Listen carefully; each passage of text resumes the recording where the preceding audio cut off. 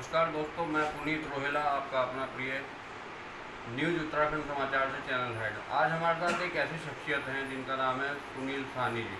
सुनील साहनी जी काफ़ी सराहनीय कार्य करते रहते हैं समाज के अंदर।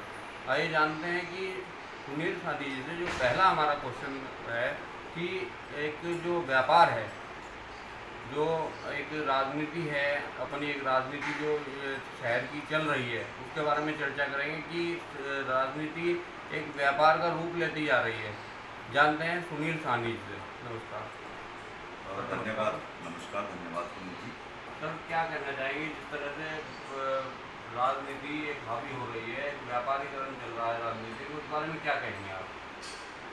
बहुत ही खेद का विषय है।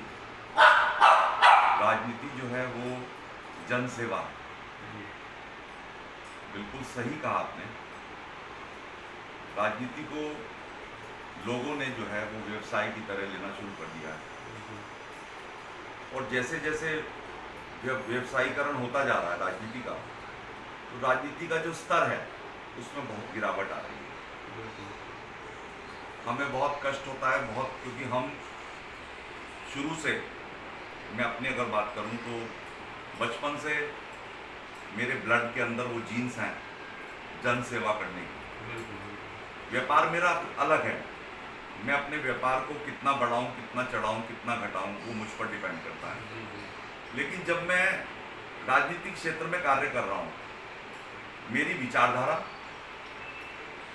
और अपना संगठन के प्रति समर्पण और उसमें ईमानदारी, जन सेवा। संगठन में काफ़ी आपका सराहनीय कार्य रहता है। संगठन में जगह जगह देखा हमने कि लगातार आप वहाँ उपस्थित रहते हैं। एक अहम जिम्मेदारी रहती है आप लोगों की, और आपको बहुत मानती है उनकी भाजपा के कुछ लोग हैं, वो आपसे दिल से प्यार करते हैं। तो क्या कहना चाहेंगे उन लोगों को? मैं उन सबका आभार प्रकट करना चाहूँगा कि मैं तो सिर्फ जनसेवा करता हूँ, और भविष्य में भी जो मेरा समय है, मैं जनसेवा के रूप में, जनसेवक के रूप में अपनी पहचान बना पाऊँ।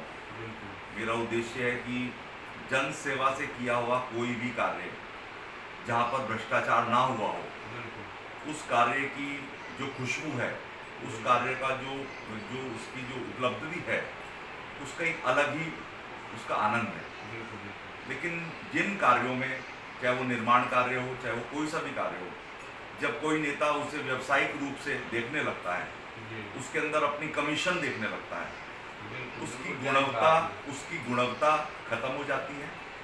जनता का जो पैसा है, जो टैक्स पूरा देश या पूरी जनता भरती है, वो बार बार निर्माण कार्यों में वो वेस्ट हो रहा है, वो जाया जा रहा है। तो मेरा तो बहुत सभी से निवेदन है, अगर आप व्यापारिक क्षेत्र में हैं और व्यापार ही करना चाहते हैं, तो जन सेवा को व्यापार से मत जोड़िए।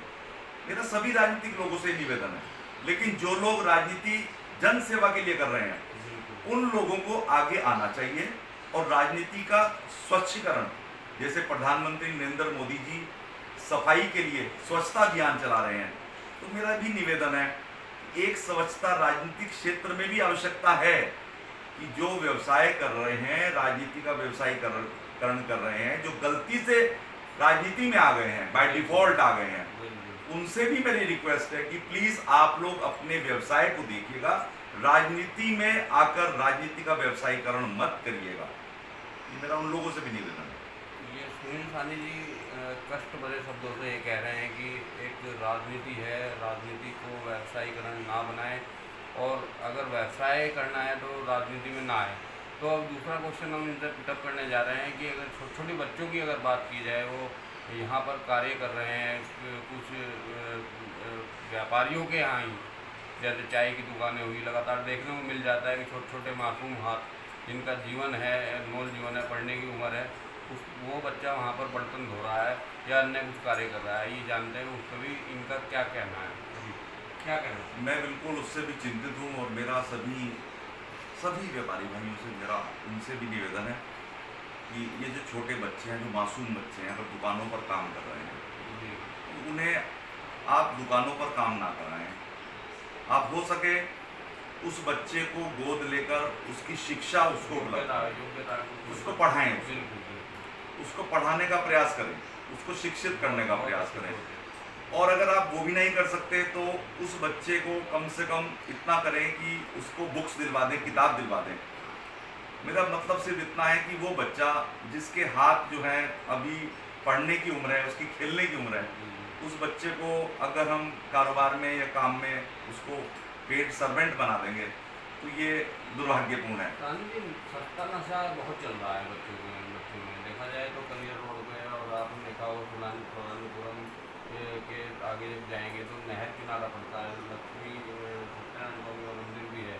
तो इस साइड अगर देखा जाए सिविल लाइन क्षेत्र के अंदर एक फ्लूट है और बच्चे उसे पीते हैं, तो एक सस्ता नशा है, उनका जीवन बहुत खराब हो रहा है। इस पर क्या कहना चाहिए?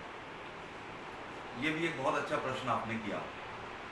मैं पिछले कई समय से देख रहा हूँ कि रुड़की शहर में जो रुड़की शहर का युवा है, और आपने सस्ते नशे की जो बात करी तो बिल्कुल ये सच्चाई है कि सिविल लाइन्स क्षेत्र हो या नेहरू स्टेडियम का क्षेत्र हो या रेलवे स्टेशन का क्षेत्र हो, आपको जगह जगह पर वो बच्चे फ्लूइड सूंघते हुए वो दिख जाएंगे। और मैं अपनी इस चिंता से निश्चित रूप से अधिकारियों को मैं अवगत पहले कराया था मैंने जी। और मैं अब इसको बहुत बड़े स्तर पे मैं इसको ले जाना चाह रहा हूँ, मैं हर स्तर पे, क्योंकि मुझे इस कार्य को रोकना है।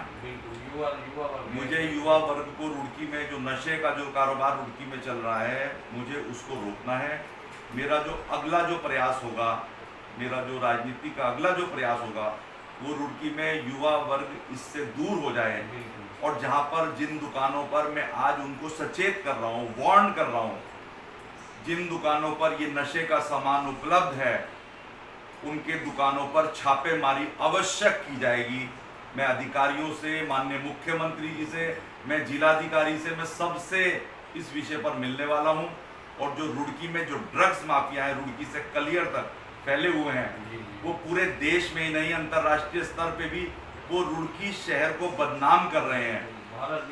बिल्कुल अगर आप, मैंने आज से 4 वर्ष पहले टाइम्स ऑफ इंडिया में एक आर्टिकल पढ़ा था और मैंने उस समय के तत्कालीन जो जिलाधिकारी थे उनसे भी मिला था। मैं उस आर्टिकल को लेकर बहुत चिंता का विषय था। उस आर्टिकल में ये लिखा था, सिंगापुर में कुछ ड्रग्स पकड़ी गई थी, उस ड्रग्स का कनेक्शन भगवानपुर इंडस्ट्रियल एरिया में जो मेडिसिन बन रही हैं उनके साथ देखा गया था।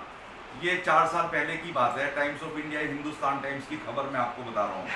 तो कहीं ना कहीं भी जो भगवानपुर क्षेत्र में जो ड्रग्स बन रही हैं, मेडिसिन बन रही हैं, अभी 15 दिन पहले अभी नकली दवाइयां पकड़ी गई हैं, 2.5-3 करोड़ रुपए का वहां पर सामान उपलब्ध किया गया है। बड़ी कंपनियों के रैपर्स वहां पर मिले हैं, दवाइयां मिली हैं। आप पहचान नहीं सकते कि मेडिकल स्टोर में अगर सिप्ला की कंपनी की मैं दवाई ले रहा हूं तो मुझे ये एहसास नहीं होगा कि ये नकली है या असली है। ऐसा कोई माप, क्योंकि इतना सुंदर प्रिंट आउट है उसका कि आप पहचान नहीं सकते।